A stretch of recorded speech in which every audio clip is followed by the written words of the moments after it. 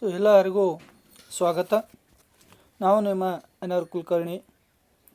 Friends, ಇವತ್ತು ನಾವು ನೋಡ್ತಾ ಇದ್ದೀವಿ ಇತಿಹಾಸ ಪರಿಚಯದ ಬಗ್ಗೆ. ಇದಕ್ಕೂ ಮೊದಲು ನಾನು ಒಂದು ವಿಷಯವನ್ನು ಹೇಳಲು ಇಚ್ಛೆಪಡ್ತೀನಿ. ಇವತ್ತು ನಾವೇನು ಮಾಡ್ತಾ ಇದ್ದೀವಪ್ಪ ಅಂದ್ರೆ ಈಗಿನಿಂದ ನಾವೇನು ಮಾಡ್ತಾ ಇದ್ದೀವಿ, 6ನೇ ತರಗತಿಯ ಇತಿಹಾಸ, ಭೂಗೋಳಶಾಸ್ತ್ರ ಮತ್ತು ರಾಜ್ಯಶಾಸ್ತ್ರದ ವಿಷಯಗಳನ್ನು ಕುರಿತು ಏನು ಮಾಡ್ತಾ ಇದ್ದೀವಿ, ವಿಡಿಯೋ ಸರಣಿಗಳನ್ನು ಮಾಡ್ತಾ ಇದ್ದೀವಿ. ಇದು 6ನೇ ತರಗತಿಗೆ ಮಾತ್ರ ಅಲ್ಲದೆ CET ಆಗಿರ್ಬೋದು, TET ಆಗಿರ್ಬೋದು, ಅಥವಾ ಇನ್ಯಾವುದೇ ರೀತಿಯಾಗಿರುವಂಥ ಇತರೆ ಸ್ಪರ್ಧಾತ್ಮಕ ಪರೀಕ್ಷೆಗಳಿಗೆ ಒಂದು ರೀತಿಯಲ್ಲಿ ಸಹಾಯ ಆಗುತ್ತದೆ ಅನ್ನುವಂಥ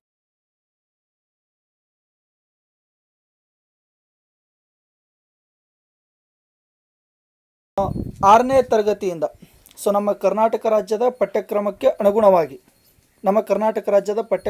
ಅನುಗುಣವಾಗಿ ನಾನೇನು ಮಾಡ್ತಾ ಇದ್ದೀನಿ, 6ನೇ ತರಗತಿಯಿಂದ 10ನೇ ತರಗತಿಯವರೆಗೆ ಎಲ್ಲ ಪಾಠದ ವಿಡಿಯೋಗಳನ್ನು ಮಾಡಬೇಕು ಅನ್ನುವಂಥ ಒಂದು ಆಶೆಯನ್ನು ಇಟ್ಕೊಂಡಿದ್ದೇನೆ. ಅದು ನಿಮ್ಮೆಲ್ಲರ ಸಹಕಾರದಿಂದ ಸಾಧ್ಯ ಆಗ್ತದಪ್ಪ ಅನ್ನುವಂಥ ಒಂದು ಅಭಿಲಾಷೆಯು ಸದ್ಯಕ್ಕೂ ಇದೆ. ನಾವು ಮೊದಲನೇದಾಗಿ ಏನು ಮಾಡ್ತಾ ಇದ್ದೀವಿ, 6ನೇ ತರಗತಿಯ ಇತಿಹಾಸದ ಅಥವಾ ನಮ್ಮ ಸಮಾಜ ವಿಜ್ಞಾನದ ಪಠ್ಯಗಳನ್ನು ನಾವೇನು ಮಾಡ್ತಾ ಇದ್ದೀವಿ, ನೋಡ್ತಾ ಹೋಗೋಣ. ಇವತ್ತಿದಾಗಿ ಮೊದಲನೇದಾಗಿ ಚಾಲು ಮಾಡ್ತಾ ಇದ್ದೀವಿ. ಹಾಗಾಗಿ ಇತಿಹಾಸ ಪರಿಚಯವನ್ನು ನಾವೇನು ಮಾಡ್ತಾ ಇದ್ದೀವಿ, ಇವತ್ತು ತಿಳ್ಕೊತಾ ಇದ್ದೀವಿ. ಪ್ರತಿದಿನಲೂ ಇತಿಹಾಸ ವಿಷಯಕ್ಕೆ ಸಂಬಂಧಪಟ್ಟಿರೋದು ಆಗಿರ್ಬೋದು, ಅಥವಾ ಪೊಲಿಟಿಕಲ್ಗೆ ಸಂಬಂಧಪಟ್ಟಿರುವಂಥ ವಿಷಯಗಳಾಗಿರ್ಬೋದು, ಅಥವಾ ಭೂಗೋಳಶಾಸ್ತ್ರಕ್ಕೆ ಸಂಬಂಧಪಟ್ಟಿರುವಂಥ ವಿಷಯಗಳಾಗಿರ್ಬೋದು, ಈ ಎಲ್ಲ ವಿಷಯಗಳನ್ನು ಕುರಿತು ಏನು ಮಾಡೋಣ, ವಿಸ್ತೃತವಾಗಿ ಚರ್ಚೆ ಮಾಡೋಣ. ಆದರೆ ಒಂದು ಹೇಳಕ್ಕೆ ಇಷ್ಟಪಡ್ತೀನಿ, ಏನಪ್ಪ ಅಂದ್ರೆ ಮೊದಲನೇದಾಗಿಯೇ ನಾವು ಸ್ವಲ್ಪ ಏನು ಮಾಡ್ತಾ ಇದ್ದೀವಿ, ಪಠ್ಯಪುಸ್ತಕದಲ್ಲಿರುವಂತಹ ವಿಷಯಗಳನ್ನು ಅತಿ ಹೆಚ್ಚು ನೋಡೋಣ. ಯಾಕಂದರೆ ಕೆಲವೊಂದಿಷ್ಟು ಪಠ್ಯೇತರ ವಿಷಯಗಳನ್ನು ನಾವು ಇಲ್ಲಿ ಆಯ್ಕೆ ಮಾಡಿಕೊಳ್ಳೋದು ಬೇಡ. ಪಠ್ಯದಲ್ಲಿ ಏನಿದೆಯೋ ಅದೇ ನಾವು ಏನು ಮಾಡೋಣಪ್ಪ ಅಂದ್ರೆ ವಿಶ್ಲೇಷಣೆ ಮಾಡೋಣ. ಯಾಕಂದರೆ ಇದು ಏನಾಗ್ತದೆ, ಮುಂದೆ TET ಪರೀಕ್ಷೆಗಳಿಗೆ ಹೆಲ್ಪ್ ಆಗ್ತದಪ್ಪ ಅನ್ನುವಂಥ ಒಂದು ಉದ್ದೇಶ. ನಿಮ್ಮ ಜೊತೆ ನಾನೂ ಸಹ ಸತತವಾಗಿ ಅಧ್ಯಯನದಲ್ಲಿ ಭಾಗವಹಿಸಲಿಕ್ಕೆ ಅಥವಾ ಕ್ರಿಯಾಶೀಲನಾಗಿರಲಿಕ್ಕೆ ಒಂದು ರೀತಿ ಸಹಾಯ ಆಗ್ತದ ಅಂತ ಹೇಳ್ತೀವಿ. ಹಾಗಾದ್ರೆ ಸ್ನೇಹಿತರೆ, ಪ್ರಾರಂಭ ಮಾಡೇ ಬಿಡೋಣ. ಮೊದಲನೇದಾಗಿ ನೋಡ್ತಾ ಇದ್ದೀವಿ, 6ನೇ ತರಗತಿಯ ಇತಿಹಾಸ ಭಾಗದ ಮೊದಲನೇ ಭಾಗವನ್ನು ಪಾರ್ಟ್ 1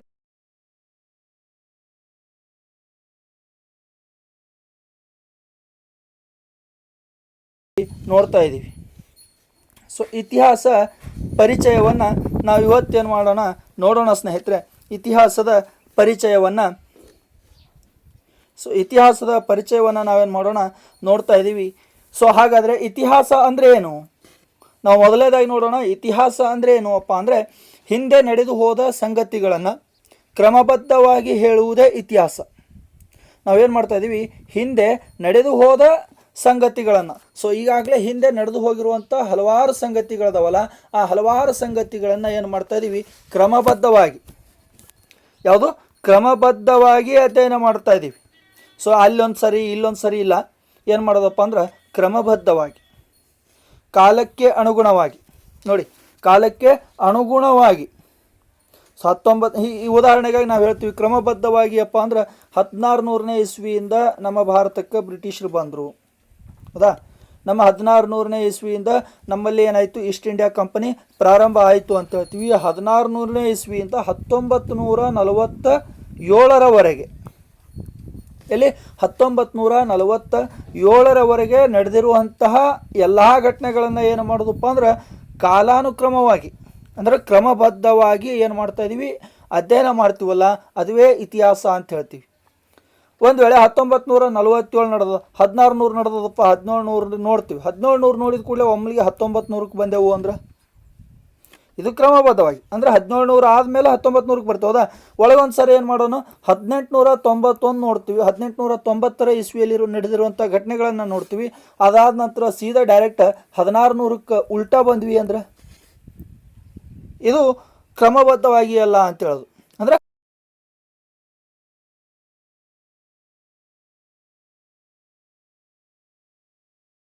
ಅದುವೇ ಇತಿಹಾಸ ಅಂತ.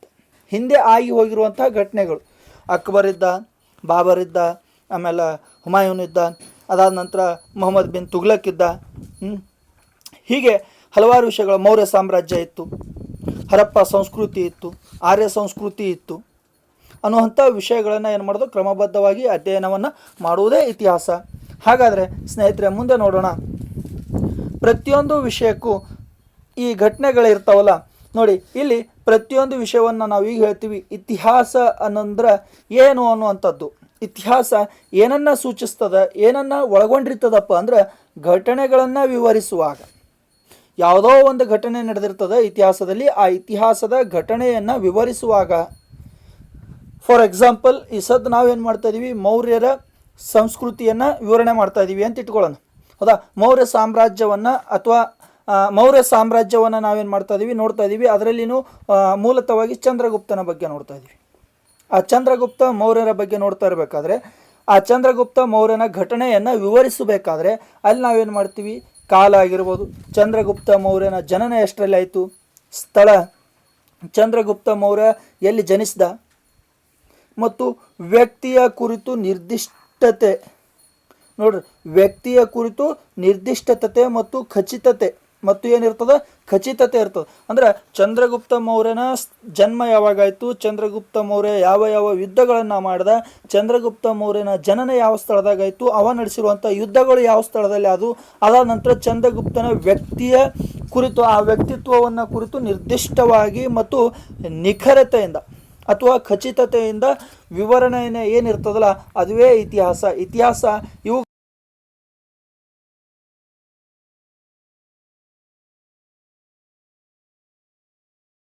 ಅಂದ್ರೆ ನಾವು ಇತಿಹಾಸ ಏನನ್ನ ಒಳಗೊಂಡಿರ್ತೈತಿ ಅಂದರೆ ಒಂದು ಕಾಲವನ್ನು ಒಳಗೊಂಡಿರ್ತದ, ಸ್ಥಳವನ್ನು ಒಳಗೊಂಡಿರ್ತದ, ಮತ್ತು ವ್ಯಕ್ತಿಯ ಕುರಿತು ನಿರ್ದಿಷ್ಟತೆ ಮತ್ತು ಖಚಿತತೆಯನ್ನು ಏನು ಮಾಡಿರ್ತದ ಅಂದ್ರೆ ಒಳಗೊಂಡಿರ್ತದ ಅಂಥೇಳಿ ನಾವು ತಿಳ್ಕೊಂಡಿವಿ ಸ್ನೇಹಿತರೆ. ಹಾಗಾದರೆ ಇತಿಹಾಸವನ್ನು ಹೇಗೆ ರಚಿಸಬೇಕು ಎಂಬುದನ್ನು ಜಗತ್ತಿಗೆ ತೋರಿಸಿಕೊಟ್ಟಂಥವ್ರು ಯಾರು?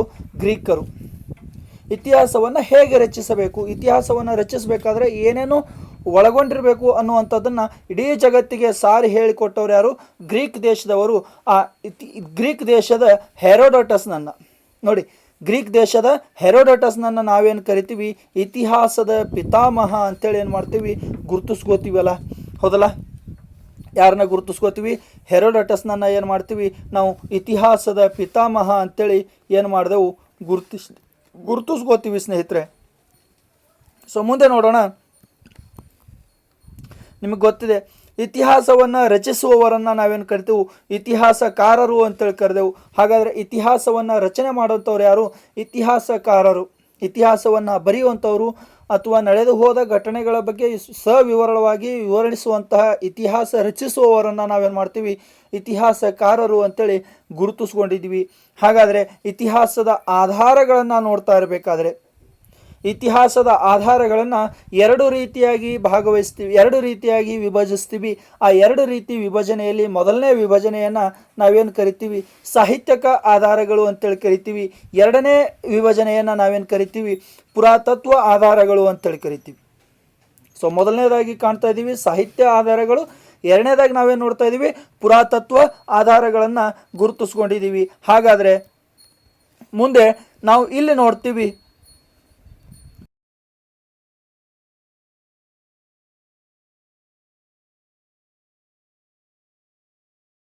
ಗುರುತಿಸಿವಿ. ಅದರಲ್ಲಿನೂ ಸಾಹಿತ್ಯ ಆಧಾರಗಳನ್ನು ನೋಡ್ತಾ ಇರಬೇಕಾದ್ರೆ ಈ ಸಾಹಿತ್ಯ ಆಧಾರಗಳಲ್ಲಿ ಮತ್ತೆ ಎರಡು ಭಾಗಗಳನ್ನು ನೋಡ್ತೀವಿ. ಒಂದು ಲಿಖಿತ ಸಾಹಿತ್ಯ, ಇನ್ನೊಂದು ಮೌಖಿಕ ಸಾಹಿತ್ಯ.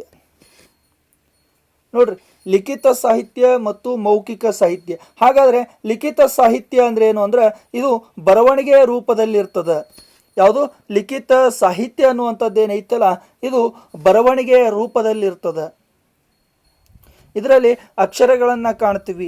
ಹಾಗಾದರೆ ಮೌಖಿಕ ಸಾಹಿತ್ಯ ಅಂದರೆ ಏನಪ್ಪ ಅಂದ್ರೆ ಒಂದು ಬಾಯಿಯಿಂದ ಒಂದು ಪೀಳಿಗೆಯಿಂದ ಇನ್ನೊಂದು ಪೀಳಿಗೆಗೆ ಹಾಡುಗಳ ಮುಖಾಂತರವಾಗಿರ್ಬೋದು, ಕಥೆಗಳ ಮುಖಾಂತರವಾಗಿರ್ಬೋದು, ಇನ್ನು ಯಾವುದೇ ರೀತಿಯಾಗಿರುವಂತಹ ಒಂದು ಆಧಾರಗಳನ್ನು ಇಟ್ಟುಕೊಂಡು ಬಾಯಿಯಿಂದ ಬಾಯಿಗೆ, ಹೇಳಿಕೆಯಿಂದ ಹೇಳಿಕೆಗೆ ಹೋಗುವಂಥದ್ದೇ ಮೌಖಿಕ ಸಾಹಿತ್ಯ. ಅಂದರೆ ಮುಖದಿಂದ ಏನಾಗ್ತದೆ, ಇದು ಪರಿಚಯ ಆಗ್ತದೆ ಅಂಥೇಳಿ ನಾವು ನೋಡ್ತಾ ಹೋಗ್ತೀವಿ.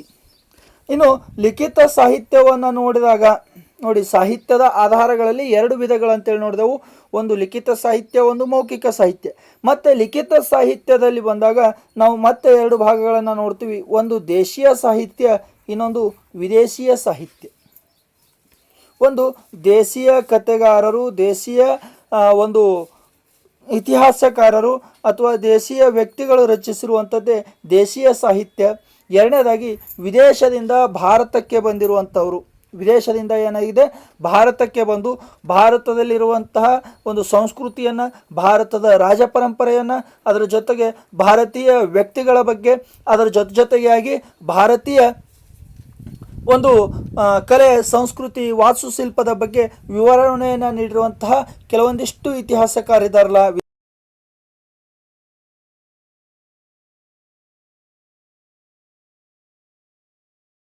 ರಚಿತವಾಗಿರುವಂಥ ಕೃತಿಗಳೇ ಅಥವಾ ಇವರಿಂದ ರಚಿತವಾಗಿರುವಂಥ ಸಾಹಿತ್ಯವೇ ನಾವೇನು ಕರಿತೀವಿ ವಿದೇಶಿ ಸಾಹಿತ್ಯ ಅಂಥೇಳಿ ಕರೆದೆವು ಸ್ನೇಹಿತರೆ. ಇನ್ನು ಮುಂದೆ ನೋಡೋಣ. ಎರಡನೇದಾಗಿ ನೋಡ್ತಾ ಇದೀವಲ್ಲ, ಈ ಮೌಖಿಕ ಸಾಹಿತ್ಯದಲ್ಲಿ ಮತ್ತೆ ಮೂರು ವಿಷಯಗಳನ್ನು ನಾವು ನೋಡ್ತೀವಿ. ಆ ಮೂರು ವಿಷಯಗಳು ಯಾವುವಪ್ಪ ಅಂದರೆ, ಒಂದು ಲಾವಣಿಗಳು, ಒಂದು ಜನಪದ ಕಥೆಗಳು ಮತ್ತು ಒಂದು ಐಹಿತ್ಯಗಳು. ನೋಡ್ರಿ, ಒಂದು ಲಾವಣಿಯನ್ನು ನೋಡ್ತೀವಿ, ಎರಡನೇದಾಗಿ ಜನಪದ ಕಥೆಗಳನ್ನು, ಮೂರನೇದಾಗಿ ಐಹಿತ್ಯಗಳನ್ನು. ಐಹಿತ್ಯಗಳಪ್ಪ ಅಂದ್ರೆ ನಾವು ತಿಳ್ಕೊತಿರ್ತೀವಲ್ಲ, ಏನು ಇತಿಹಾಸ ಹೀಗಿತ್ತು, ಇಂತಹ ರಾಜ ಹೀಗಿದ್ದ ಅನ್ನುವಂಥ ಒಂದು ಹೇಳುವಂಥದ್ದು, ಹೌದಾ, ಅವುಗಳನ್ನು ನೋಡ್ತಾ ಇದ್ದೀವಿ ಅಂತೇಳಿ. ಇನ್ನು ಈ ಕಡೆ ನೋಡಬೇಕಾದ್ರೆ ಪುರಾತತ್ವ ಆಧಾರಗಳನ್ನು ವಿಶ್ಲೇಷಣೆ ಮಾಡಿದಾಗ ಸಾಹಿತ್ಯ ಆಧಾರಗಳಲ್ಲಿ ನಾವು ಅತಿ ಹೆಚ್ಚು ನೋಡುವಂಥದ್ದು ಒಂದು ದೇಶೀಯ ಸಾಹಿತ್ಯವನ್ನು ನೋಡ್ತೀವಿ, ಒಂದು ವಿದೇಶೀಯ ಸಾಹಿತ್ಯವನ್ನು ನೋಡ್ತೀವಿ. ಆದರೆ ಇಲ್ಲಿ ಪುರಾತತ್ವ ಆಧಾರಗಳಿದೆಯಲ್ಲ, ಈ ಪುರಾತತ್ವ ಆಧಾರಗಳನ್ನು ನೋಡ್ತಾ ಇರಬೇಕಾದ್ರೆ ಪುರಾತತ್ವ ಆಧಾರಗಳಲ್ಲಿ ನಾವು ಮತ್ತೆ 4 ಭಾಗಗಳನ್ನು ನಾವೇನು ಮಾಡ್ತೀವಿ ಅಂದ್ರೆ ನೋಡ್ತೀವಿ ಅಂತ. ನೋಡಿ, 4 ಭಾಗಗಳನ್ನು ಏನು ನೋಡುವಂಥದ್ದು. ಆ 4 ಭಾಗಗಳಲ್ಲಿ ಒಂದೇದ ಏನಿದೆ, ಸ್ಮಾರಕಗಳನ್ನು ನೋಡ್ತೀವಿ. ತಾಜ್ ಮಹಲ್ ಆಗಿರ್ಬೋದು, ಗೋಲ್ ಗುಮ್ಮಜ್ ಆಗಿರ್ಬೋದು, ಅಥವಾ ಇಬ್ರಾಹಿಂ ರೋಜಾ ಆಗಿರ್ಬೋದು, ಅಥವಾ ಹರಪ್ಪ ಸಂಸ್ಕೃತಿಯ ಸ್ನಾನದ ಕೊಳ ಆಗಿರ್ಬೋದು, ಅಥವಾ ಬೇರೆ ಬೇರೆ ಆಗಿರುವಂಥ ಹಂಪಿಯ ಒಂದು ಕಲೆ ಮತ್ತು ವಾಸ್ತುಶಿಲ್ಪ ಆಗಿರ್ಬೋದು, ಪಟ್ಟದಕಲ್ಲಿನಲ್ಲಿರುವಂಥ ಅನೇಕ ಒಂದು ಸ್ಮಾರಕಗಳಾಗಿರ್ಬೋದು, ಮಂದಿರಗಳಾಗಿರ್ಬೋದು, ಇವುಗಳನ್ನ ವಿವರಣೆಯನ್ನು ಇದು ನೀಡ್ತದೆ. ಅಂದರೆ ಅವರ ಬಗ್ಗೆ ವಿವರಣೆಯನ್ನು ನೀಡುವಂಥದ್ದು. ಇನ್ನು ಎರಡನೇದಾಗಿ ಬರುವಂಥದ್ದು ನಾಣ್ಯಗಳು. ನೋಡಿ, ನಾಣ್ಯಗಳು ಅಪ್ಪ ಅಂದರೆ ಯಾವ ರಾಜ ಯಾವ ಒಂದು ಕಾಲದಲ್ಲಿ ನಾಣ್ಯವನ್ನು ಹೊರಡಿಸಿದ್ದಾನೋ, ಅದು ಬೆಳ್ಳಿಯ ನಾಣ್ಯ ಆಗಿರ್ಬೋದು,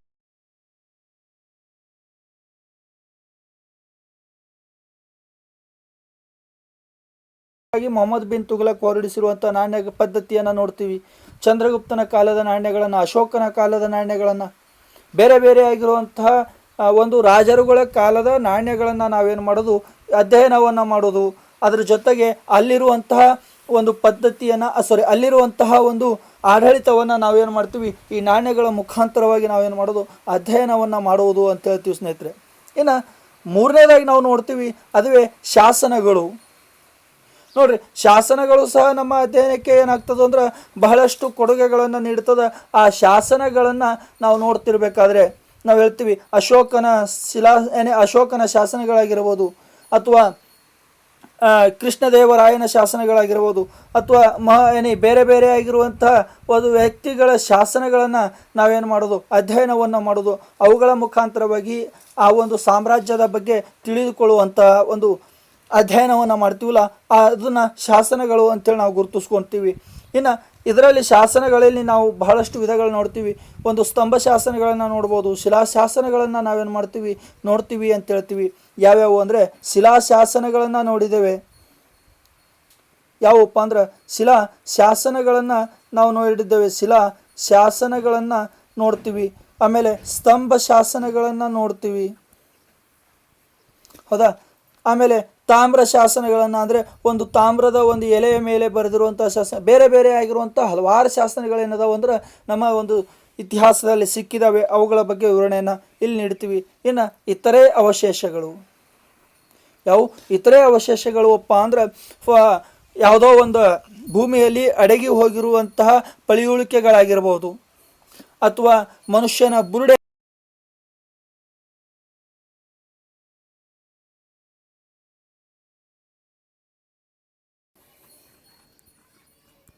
ಮಣ್ಣಿನ ಕುಡಿಕೆಗಳ ಮುಖಾಂತರವಾಗಿ ನಾವೇನು ಮಾಡ್ತೀವಪ್ಪ ಅಂದ್ರೆ ಅಧ್ಯಯನ ಮಾಡ್ತೀವಲ್ಲ, ಅವುಗಳನ್ನು ನಾವೇನು ಮಾಡ್ತೀವಿ ಇತರೆ ಅವಶೇಷಗಳು ಅನ್ನುವಂಥ ಒಂದು ರೀತಿಯಲ್ಲಿ ಗುರುತಿಸ್ಕೋತೀವಿ ಸ್ನೇಹಿತರೆ. ಹಾಗಾದರೆ ಮುಂದೆ ಹೋಗೋಣ. ನಾವು ಈ ವಿಧಗಳನ್ನು ನೋಡಿದ ನಂತರ ನಮಗೆ ಒಂದು ಅನಿಸುವುದೇನಪ್ಪ ಅಂದ್ರೆ, ನಾವು ಈ ರೀತಿಯಾಗಿ ಒಂದು ಅಧ್ಯಯನವನ್ನು ಮಾಡಿದಾಗ ನಾವು ಹೇಳ್ತೀವಿ ಹೆನ್ರಿಚ್ ರೋತ್ ಅವರ ಬಗ್ಗೆ ನಾವಿಲ್ಲಿ ಒಂದು ಸ್ವಲ್ಪ ವಿವರಣೆಯನ್ನು ನೀಡ್ತೀವಿ.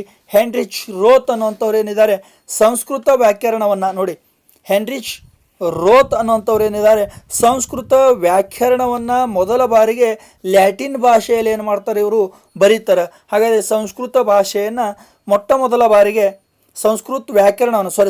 ಸಂಸ್ಕೃತ ವ್ಯಾಕರಣವನ್ನು ಮೊಟ್ಟ ಮೊದಲ ಬಾರಿಗೆ ಲ್ಯಾಟಿನ್ ಭಾಷೆಗೆ ಬರೆದಂಥವರು, ಲ್ಯಾಟಿನ್ ಭಾಷೆಯಲ್ಲಿ ರಚನೆ ಮಾಡಿದಂಥವ್ರು ಯಾರಪ್ಪ ಅಂದ್ರೆ ಹೆನ್ರಿಚ್ ರೋತ್ ಅನ್ನುವಂಥವ್ರು ಆಗಿದ್ದಾರೆ ಅಂತ ಹೇಳ್ತೀವಿ. ಅದೇ ರೀತಿಯಾಗಿ ಫಾದರ್ ಕಾರ್ಡಾಕ್ಸ್ ಅನ್ನೋವ್ರ ಬಗ್ಗೆ ನೋಡ್ತೀವಿ. ಫಾದರ್ ಕಾರ್ಡಾಕ್ಸ್ ಅನ್ನುವಂಥವ್ರು ಏನಿದ್ದಾರೆ ಅಂದರೆ ಸಂಸ್ಕೃತ ಮತ್ತು ಯುರೋಪಿಯನ್ ಭಾಷೆಗಳ ನಡುವೆ ಸಂಬಂಧವಿದೆ ಎಂಬುದನ್ನು ಮೊದಲ ಬಾರಿಗೆ ಗುರುತಿಸಿದರು. ನೋಡಿ, ಎಲ್ಲಿಯ ಯುರೋಪ್, ಎಲ್ಲಿಯ ಸಂಸ್ಕೃತ, ಫಾದರ್ ಕಾರ್ಡಾಕ್ಸ್ ಹೇಳ್ತಾನೆ ಎಲ್ಲಿಯ ಸಂಸ್ಕೃತ, ಎಲ್ಲಿಯ ಯುರೋಪಿಯನ್ ಭಾಷೆ, ಯುರೋಪ್ ಖಂಡದಲ್ಲಿ ಇರುವಂತಹ ಆ ಭಾಷೆ ಆಗಿರ್ಬೋದು, ಭಾರತದಲ್ಲಿರುವಂಥ ಸಂಸ್ಕೃತ ಭಾಷೆಗಳ ನಡುವೆ ಸಂಬಂಧವಿದೆ, ಎರಡೂ ಅನ್ಯೋನ್ಯವಾಗಿರುವಂಥದ್ದು ಅನ್ನುವಂತಹ ಒಂದು ಗುರುತಿಸಿದವರು ಯಾರು ಅಪ್ಪ ಅಂದರೆ ಅವರೇ ಫಾದರ್ ಹೆರಡಿಕ್ಸ್ ಅಂತ ಹೇಳ್ತೀವಿ, ಕಾರ್ಡೆಕ್ಸ್ ಅಂತ ಹೇಳ್ತೀವಿ. ಸೊ ಹಾಗಾದರೆ ಮುಂದೆ ನೋಡ್ತೀವಿ ಭಾರತೀಯ ಶಾಸ್ತ್ರಜ್ಞರನ್ನು ಹೇಳ್ತೀವಿಲ್ಲ.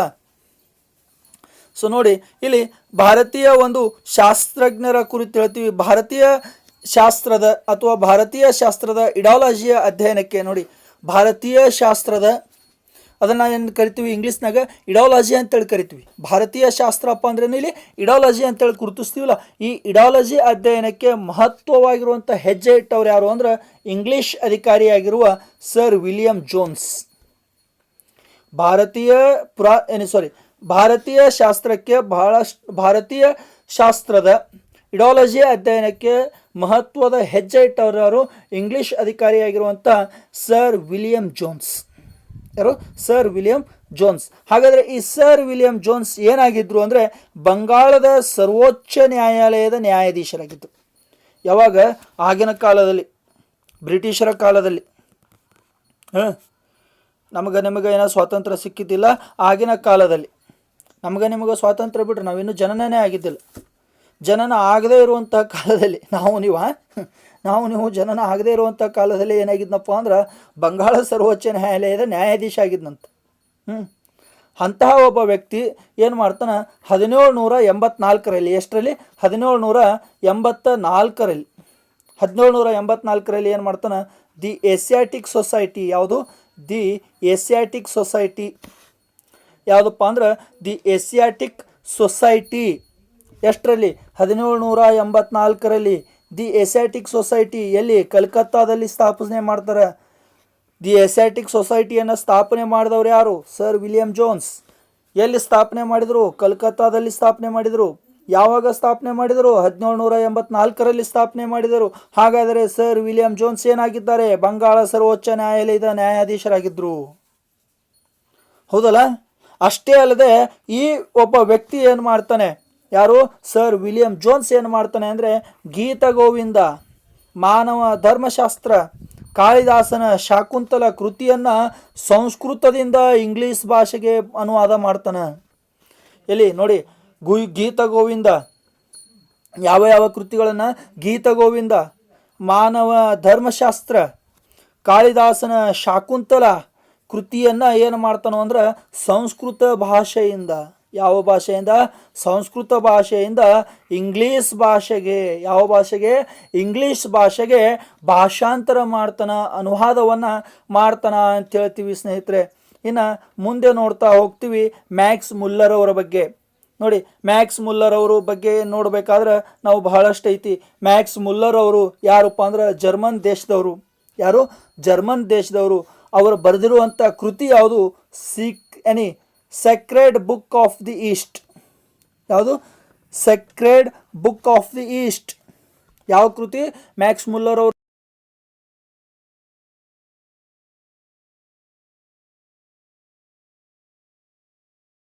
ಹೊಂದಿದೆ. ಎಷ್ಟು? 50 ಸಂಪುಟಗಳನ್ನು ಹೊಂದಿದೆ. ನಂತರ ಬರೋರೆ ಜೇಮ್ಸ್ ಮಿಲ್. ಜೇಮ್ಸ್ ಮಿಲ್ ಬರೀತಾನ. ಯಾರೀತ? ಜೇಮ್ಸ್ ಮಿಲ್ ಎಲ್ಲಿಯವನು ಅಂದರೆ ಸ್ಕಾಟ್ಲ್ಯಾಂಡ್ದವನು. ಸ್ಕಾಟ್ಲ್ಯಾಂಡ್ ದೇಶದ ಜೇಮ್ಸ್ ಮಿಲ್ ಬರೀತಾನ. ಯಾವ ಕೃತಿಯನ್ನು ಬರೀತಾನ ಅಂದ್ರೆ ಹಿಸ್ಟ್ರಿ ಆಫ್ ಇಂಡಿಯಾ ಬರೀತಾನ. ಯಾವ ಕೃತಿ? History of India. ಭಾರತದ ಇತಿಹಾಸ ಬರೆದ್ಬಿಟ್ಟ. History of India.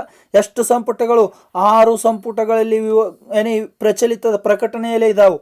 6 ಸಂಪುಟಗಳ ಕೃತಿಯನ್ನು ಬರೀತಾನ. ಹಾಗಾದರೆ ಮುಂದೆ ಬರುವಂಥವನೇ ಅಬೆ ಡುಬಾಯ್ಸ್. ಯಾರು? ಹೆಸರು ನೋಡ್ರಿ ಹೆಂಗದಾವ, ನಮ್ಮ ಬಾಯಿ ಒಳಗೆ ಅನ್ನಕ್ಕೆ ಬರೋದಿಲ್ಲ. ಇಂತಿಂಥ ಹೆಸರು ಇಟ್ಕೊಂಡು ಬಂದುಬಿಟ್ರಪ್ಪ ನಮ್ಮ ದೇಶಕ್ಕೆ. ಅಬೆ ಡುಬಾಯ್ಸ್ ಬರ್ತಾನೆ. ಅಬೆ ಡುಬಾಯ್ಸ್ ಅಂಥವನಂದ್ರೆ ಅಬೆ ಡುಬಾಯ್ಸ್ ಬಂದಂತ. ಅಬೆ ಡುಬಾಯ್ಸ್ ಬರೀತಾನ. ಸೊ ಅಬೆ ಡುಬಾಯ್ಸ್ ಏನಂದ್ರೆ ಏನು ಕರಿತೀವಿ, ಈತ ಫ್ರೆಂಚ್ ಮಿಷನರಿಯನ್ನು ಶ್ರೀರಂಗಪಟ್ಟಣದ ಗಾಜಾಮ್ ಅನ್ನೋಂತಲ್ಲಿ ಏನು ಮಾಡ್ತಾನೆ? ಸ್ಥಾಪನೆ ಮಾಡ್ತಾನೆ. ನೋಡಿ, ಇವರ ಬಗ್ಗೆ ಒಂದು ಸ್ವಲ್ಪ ನಾವು ತಿಳ್ಕೊತೀವಿ. ಏನಂದ್ರೆ ಈತ ಫ್ರೆಂಚ್ ಮಿಷನರಿಯನ್ನು, ಯಾವ ಮಿಷನರಿಯನ್ನು? ಫ್ರೆಂಚ್ ಮಿಷನರಿಯನ್ನು ಶ್ರೀರಂಗಪಟ್ಟಣದ ಗಜಾಮ್ ಅನ್ನುವಂಥಲ್ಲಿ, ಎಲ್ಲಿ? ಗಜಾಮ್ ಅನ್ನುವಂಥಲ್ಲಿ ಏನು ಮಾಡ್ತಾನೆ? ಸ್ಥಾಪನೆ ಮಾಡ್ತಾನೆ.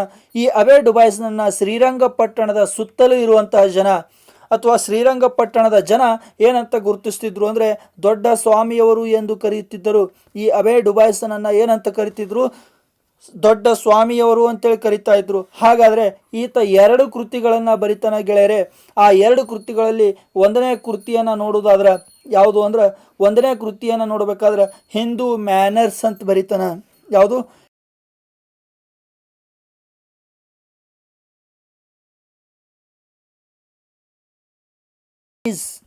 ನೋಡಿ, ಎಂದು ಒಂದನೇದಾಗಿ ಬರಿತಾನೋ ಹಿಂದೂ ಮ್ಯಾನರ್ಸ್ ಬರಿತಾನ. 2ನೇ ಕೃತಿಯನ್ನು ಬರಿತಾನ, ಅದುವೇ ಕಸ್ಟಮ್ಸ್ ಆ್ಯಂಡ್ ಸೆರೆಮನೀಸ್ ಅನ್ನುವಂಥ ಒಂದು ಕೃತಿಯನ್ನು ಬರಿತಾನ ಸ್ನೇಹಿತರೆ. ಹಾಗಾದರೆ ಮುಂದೆ ನೋಡ್ತೀವಿ ನಾವು ಒಂದು ಸ್ವಲ್ಪ ಈ ಇತಿಹಾಸದಲ್ಲಿ ನೋಡಬೇಕಾದ್ರೆ 2 ಘಟನೆಗಳನ್ನು ನೆನಪಿರ್ತೀವಿ. ಒಂದು ಶಾಶ ಮತ್ತು ಶಾಶಪು. ಶಾಶ ಅಂದ್ರೇನು, ಶಾಶಪು ಅಂದ್ರೇನು ಅಂದರೆ ಸಾಮಾನ್ಯ ಶಕ ಅಂತೇಳಿ ಗುರುತಿಸ್ಕೋತೀವಿ. ಯಾವುದು? ಸಾಮಾನ್ಯ ಶಕ ಮತ್ತು ಸಾಮಾನ್ಯ ಶಕ ಪೂರ್ವ. ನಾವು ಇದಕ್ಕಿಂತಲೂ ಮೊದಲು ನೋಡಿ, ನಾವು ಈಗಿನ ಪಠ್ಯಕ್ರಮವನ್ನು ನೋಡಿದಾಗ ಕ್ರಿಸ್ತ ಪೂರ್ವ ಕ್ರಿಸ್ತ ಶಕ ಸಿಗಲ್ಲ. ಆ ಕ್ರಿಸ್ತ ಶಕ ಮತ್ತು ಕ್ರಿಸ್ತ ಪೂರ್ವದ ಬದಲಿ ನಾವೇನು ಮಾಡ್ತೀವಿ? ಸಾಮಾನ್ಯ ಶಕ ಅಥವಾ ಸಾಮಾನ್ಯ ಶಕ ಪೂರ್ವ ಅನ್ನುವಂಥ 2 ಶಬ್ದಗಳನ್ನು ಬಳಸ್ತಾ ಬರ್ತಾ ಇದ್ದೀವಿ, ಹೌದಲ್ಲ? ಸೊ ಹಾಗಾದರೆ ಜೆಸೆಟ್ ಅನ್ನುವಂಥ ಒಬ್ಬ ವ್ಯಕ್ತಿಯ ಕುರಿತು ನಾವೇನು ಮಾಡ್ತಾ ಇದ್ದೀವಿ? ನೋಡ್ತಾ ಇದ್ದೀವಿ. ಈ ಜೆಸೆಟ್ ಅನ್ನುವಂಥವನು ಇಗ್ನೇಸಿಯಸ್ ಲೋಯಲ್. ನೋಡ್ರಿ, ಜೆಸೂಟ್ ಅಂದರೆ ಏನು? ಈ ಜೆಸೂಟ್ ಅನ್ನುವಂಥದ್ದು ವ್ಯಕ್ತಿಯ ಅಲ್ಲ. ಜೆಸೂಟ್ ಅನ್ನುವಂಥದ್ದು ವ್ಯಕ್ತಿ ಅಲ್ಲ. ಜೆಸೂಟ್ ಅನ್ನುವಂಥದ್ದು ಏನೈತಿಪ್ಪ ಅಂದ್ರೆ ಇಗ್ನೇಸಿಯಸ್ ಲೋಯಲ್ನವರು ಏನು ಮಾಡ್ತಾನಪ್ಪ ಅಂದ್ರೆ ಒಂದು ಸಂಘವನ್ನು ಕಟ್ತಾನ. ಆ ಜೆಸೂಟ್ ಅನ್ನುವಂಥದ್ದು ಐತಿ. ಜೆಸೂಟ್ ಅಂದರೆ ಇಗ್ನೇಸಿಯಸ್ ಲೋಯಲ್ ಅವ್ರು ಏನು ಮಾಡ್ತಾರೆ ನೋಡ್ರಿ. ಇಗ್ನೇಸಿಯಸ್ ಲೋಯಲ್ ಜೆಸೂಟ್ ಅನ್ನುವಂಥ ಒಂದು ಕೃತಿಯನ್ನು ಜೆಸೂಟ್ ಅನ್ನುವಂಥದ್ದು ಏನೈತಿಪ್ಪ ಅಂದ್ರೆ ಇಗ್ನೇಸಿಯಸ್ ಲೋಯಲ್ ಅವ್ರು ಐತಿ. ಈ ಇಗ್ನೇಸಿಯಸ್ ಲೋಯಲ್ ಅವರು ಎಷ್ಟು ಮಾಡ್ತಾರಪ್ಪ ಅಂದ್ರೆ 1534ರಲ್ಲಿ, ಎಷ್ಟರಲ್ಲಿ? ಸಾಮಾನ್ಯ ಶಕ 1534ರಲ್ಲಿ. ಎಷ್ಟು? 1534ರಲ್ಲಿ ಏನು ಮಾಡ್ತಾನೆ?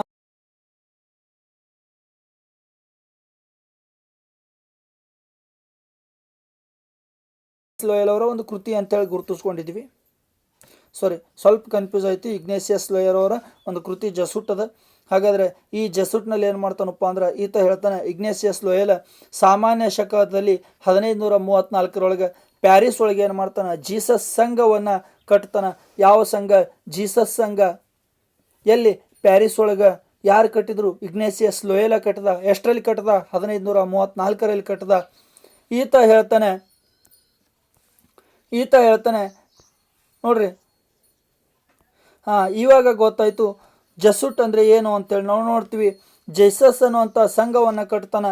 ಈ ಜೀಸಸ್ ಅನ್ನುವಂಥ ಸಂಘವನ್ನು ಕಟ್ಟಿದ ನಂತರ ಪುರುಷ ಕ್ಯಾಥೋಲಿಕ್ ಪಂಥೀಯ ಧರ್ಮಾಸಕ್ತರು, ಈ ಏನೈತಿ ಜೀಸಸ್ ಅನ್ನುವಂಥದ್ದು ಏನೈತಿಪ್ಪ ಅಂದ್ರೆ ಪುರುಷ ಕ್ಯಾಥೋಲಿಕ್ ಪಂಥೀಯ ಧರ್ಮಾಸಕ್ತರು ಏನದಾರಲ್ಲ, ಈ ಧರ್ಮಾಸಕ್ತರ ಸಭೆ ಅಂತೇಳಿ ಏನು ಮಾಡ್ತೀವಿ? ಇದನ್ನು ಗುರುತಿಸ್ತೀವಿ. ಈ ಜೀಸಸ್ ಸಂಘವನ್ನು ಏನು ಗುರುತಿಸ್ತೀವಿ? ಪುರುಷ ಕ್ಯಾಥೋಲಿಕ್ ಪಂಥೀಯ ಧರ್ಮಾಸಕ್ತರ ಸಭೆ ಅಂತೇಳಿ ಕರಿತೀವಿ. ಇದರ ಸದಸ್ಯರೇ ಯಾವ ಸದಸ್ಯರು? ಜೀಸಸ್ ಸಂಘದ ಸದಸ್ಯರೇ ನೋಡಿ, ಜೀಸಸ್ ಸಂಘದ ಸದಸ್ಯರೇ ಯಾರಿದ್ದಾರೆ? ಈ ಜೆಸೂಟ್ಗಳಿದ್ದಾರೆ. ಇದು ಒಂದು ಏನೈತಿಪ್ಪ ಅಂದ್ರೆ ಸದಸ್ಯರು ಅಂತೇಳಿ ಗುರುತಿಸ್ಕೋತೀವಿ. ದಯವಿಟ್ಟು ಕ್ಷಮಿಸಿ, ಇದೇನೈತಿ ಅಂದ್ರೆ ಜಸೂಟ್ ಅನ್ನುವಂಥದ್ದು ಒಂದು ಕೃತಿ ಅಂತ ಹೇಳಿದೆ, ತಪ್ಪಾಗಿದೆ. ಅದೇ ಏನಾಗಿದೆಯಪ್ಪ ಅಂದ್ರೆ ಜಸೂಟ್ ಅನ್ನುವಂಥದ್ದು ಜೀಸಸ್ ಸಂಘದ ಸದಸ್ಯರು ಅಂತೇಳಿ ಕರಿತೀವಿ. ಸೊ ದಯವಿಟ್ಟು ಒಂದು ಸ್ವಲ್ಪ ಕನ್ಫ್ಯೂಸ್ನ್ ಆಗಿದ್ದೆ, ಅಲ್ಲಿ ನಾನು ಸರಿ ಮಾಡ್ಕೋತಾ ಇದ್ದೀನಿ. ದಯವಿಟ್ಟು ಇದನ್ನೇ ಏನು ಮಾಡ್ರಿಪ್ಪ ಅಂದ್ರೆ ಕ್ಷಮಸ್ರಿ ಅಂತ ಹೇಳ್ತಾ ಮುಂದುವರಿತೀನಿ. ನೋಡ್ರಿ, ಜೀಸಸ್ ಸಂಘದ ಸದಸ್ಯರನ್ನು ಏನು ಮಾಡ್ತೀವಿ? ಜಸೂಟ್ಗಳು ಅಂತೇಳಿ ಕರೆದ್ವಿ ಅಂತ ಹೇಳ್ತೀವಿ. ಇದು ಕೃತಿ ಅಂತ ಹೇಳಿ ನಾನು ನಿಮಗೆ ಹೇಳಿದ್ದೆ, ಅದು ತಪ್ಪಾಗಿದೆ. ಅದು ನನ್ನ ಕಡೆಯಿಂದ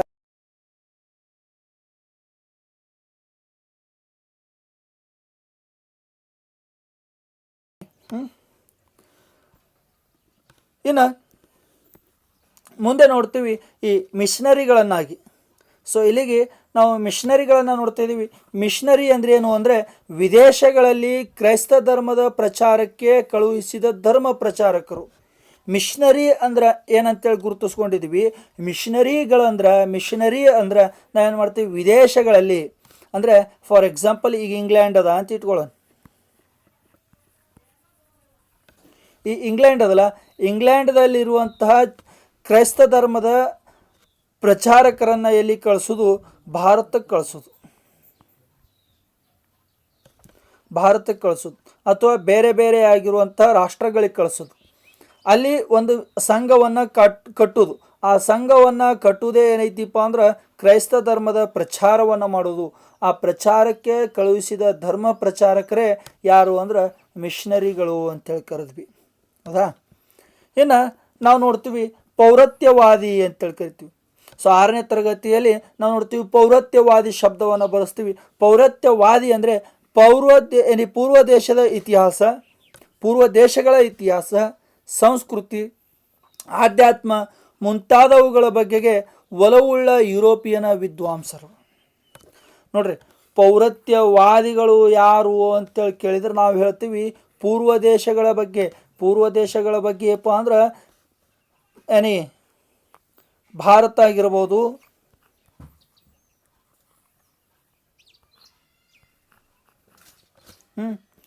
ಒಂದು ನಿಮಿಷ, ಭಾರತ ಆಗಿರ್ಬೋದು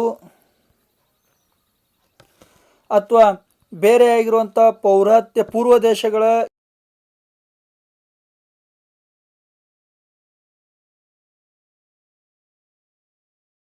ಅಲ್ಲಿರುವಂಥ ಆಧ್ಯಾತ್ಮ ವಿಷಯಗಳು ಅಥವಾ ಇನ್ನು ಮುಂತಾದ ವಿಷಯಗಳ ಬಗ್ಗೆ ಒಳವುಳ್ಳಪ್ಪ ಅಂದ್ರೆ ಆಸಕ್ತಿಯುಳ್ಳ ಯುರೋಪಿಯನ್ ವಿದ್ವಾಂಸರು. ಯಾರು? ಯುರೋಪಿಯನ್ನ ವಿದ್ವಾಂಸರನ್ನು ನಾವೇನು ಕರಿತೀವಿ? ಪೌರತ್ಯವಾದಿಗಳು ಅಂಥೇಳಿ ಗುರುತಿಸ್ಕೋತೀವಿ ಸ್ನೇಹಿತರೆ. ಇಲ್ಲಿಗೆ ನಾವು 6ನೇ ತರಗತಿಯ ಇತಿಹಾಸ ಪರಿಚಯವನ್ನು ಮುಗಿಸಿದೆವು ಅಂತೇಳಿದೆವು. ಹಾಗಾದರೆ ಇದರಲ್ಲಿರುವಂತಹ ವಿಷಯಗಳನ್ನು ನೋಟ್ಸ್ ಮಾಡ್ಕೊರಿ.